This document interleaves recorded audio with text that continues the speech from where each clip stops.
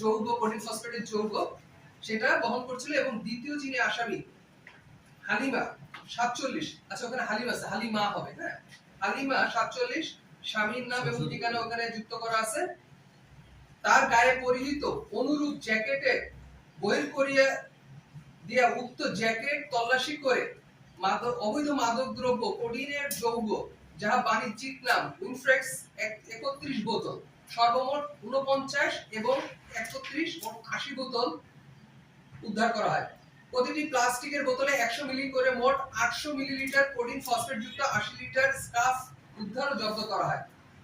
জনাব G M Hafizur Rahman, উপপরিদর্শক মাদকদ্রব্য নিয়ন্ত্রণ অধিদপ্তর, বিভাগীয় গোয়েন্দা কার্যালয়, খুলনা, মামলাটি দায়েরের কার্যক্রম পরিচালনা করছেন। আমাদের কাছে আরো তথ্য ছিল যে আজকের দিনে অবৈধ দ্রব্য সাতক্ষীরা থেকে আসছে, আমাদের পরিপূর্ণ জানা ছিল না আসলে কি কি হতে পারে। তো আমরা আমাদের যে আভিযানিক কার্যক্রম সেই আভিযানিক কার্যক্রমটা অব্যাহত রাখি।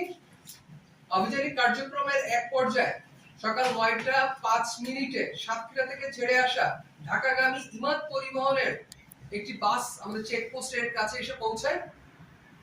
আমরা প্রতিরোধ করে বাসটি তল্লাশি কার্যক্রম পরিচালনা করি। সেখানে সন্দেহভাজন হিসেবে সুমাইয়া পারভিন 38 বছর বয়স, তার ঠিকানা এবং পিতার নাম সংযুক্ত আছে। এর নিকট আমরা একটা ব্যাগ পাই, সেই ব্যাগের ভেতরে 3টা টেপ দিয়ে মোড়ানো বেশ ভারী প্যাকেট পাই। তো তার কাছে যখন আমরা জিজ্ঞাসাবাদ করি এটা কি, সে প্রাথমিকভাবে জানায় এর ভেতর রূপা আছে, আমাদেরকে ডিসিভ করার চেষ্টা করে। তো আমরা যখন প্যাকেটের একটা অংশ সামান্য কাটি, ছিদ্র করি, তো আমরা একটা আগ্নেয়াস্ত্রের বার দেখতে পাই। তখন আসলে আমরা মোটামুটি নিশ্চিত হই।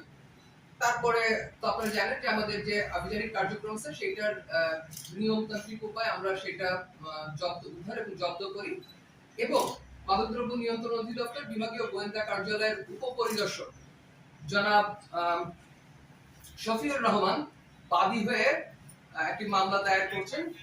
কার্যক্রম চলমান রয়েছে এবং পুলিশ মামলাটির তদন্ত কার্যক্রম পরিচালনা করবে। তো মাদকদ্রব্য নিয়ন্ত্রণ অধিদপ্তর খুলনা এবং বিভাগীয় গোয়েন্দা কার্যালয় খুলনা এই যে ধরনের কার্যক্রম আপনাদেরকে একটু বলে রাখি, আমরা কিছুদিন আগে অল্প কিছুদিন আগেই ওই একই স্থান থেকে 90 বোতল ফেন্সিডিল উদ্ধার করি।